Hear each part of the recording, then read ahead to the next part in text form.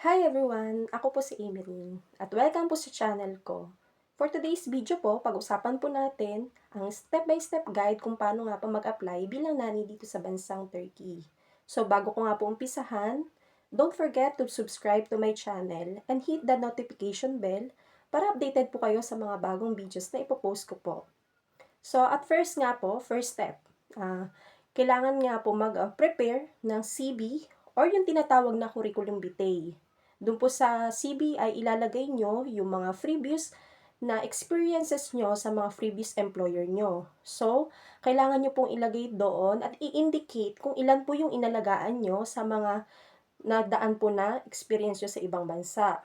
Tapos po, ilagay nyo rin doon kung ano yung mga indoor and outdoor activities na ginagawa nyo sa mga naging alaga nyo. Tapos po, gumawa din po kayo ng introduction video. At least 1.5 minutes hanggang 2 minutes po. Doon po sa video na gagawin nyo, i-introduce nyo yung sarili nyo, kung ilang taon na po kayo, kung may mga anak po ba kayo. No need na po na i-mention nyo yung ilang taon na yung mga anak nyo.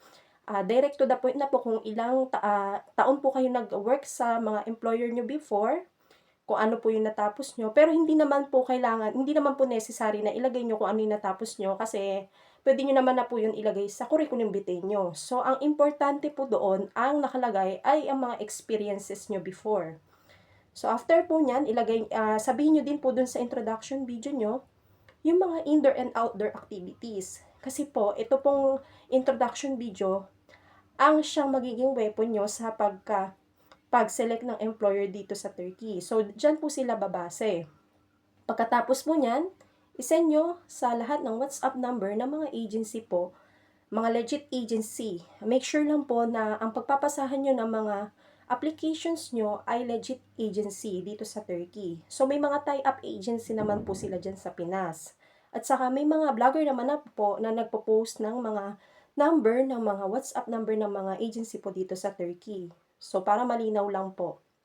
So, after po niyan, pagkatapos nyo nang na-send, just wait po 2 to 3 days. Pagkatapos po niyan, mag-a-update po sa inyo ang agency kung na-select na po yung application nyo or introduction video nyo or kung magko-conduct na ng interview with the employer. So, via Zoom po yung interview ng employer sa inyo, kasama po ang agency. Tapos naman po, kung sakaling natawagan na kayo, so may message po sa inyo ang agency kapag na-interview na po kayo. On the spot naman po minsan na nagsasabi ng employer kung na-hired na kayo. So, once na na-hired na po kayo, saka na ipapa-prepare ng agency yung mga documents nyo at ipapapasa mismo sa tie-up agency nila sa Pilipinas. Yes po, may mga tie-up agency sila sa Pilipinas, kaya pupunta po kayo doon to submit your documents. Tapos niyan, syempre kailangan nyo pong ihanda ang passport nyo. At least po, valid po siya for 2 years. Tapos po yung mga iba nyo pa pong documents like NBI, ganyan po, mga barangay clearance, i-prepare nyo din po yan.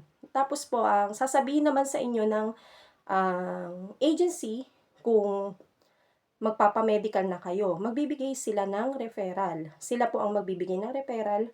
At saka mostly na po sa mga agency ay free medical na po.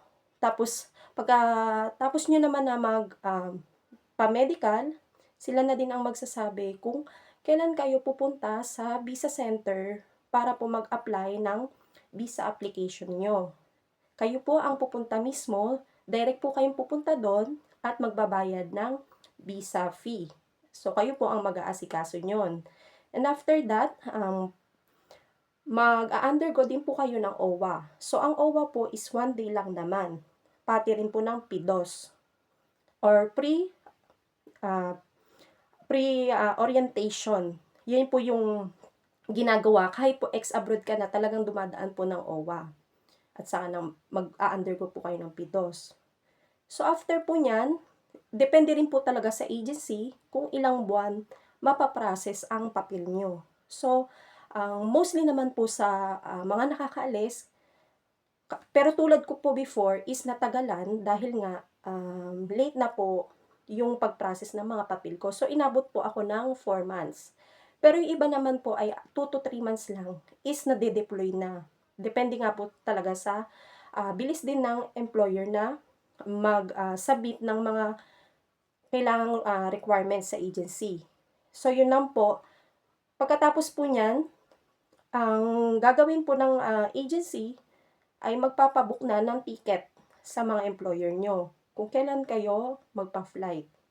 So, yun lang po. Pag-usapan natin sa susunod naman po yung mga iba. Salamat po sa panonood.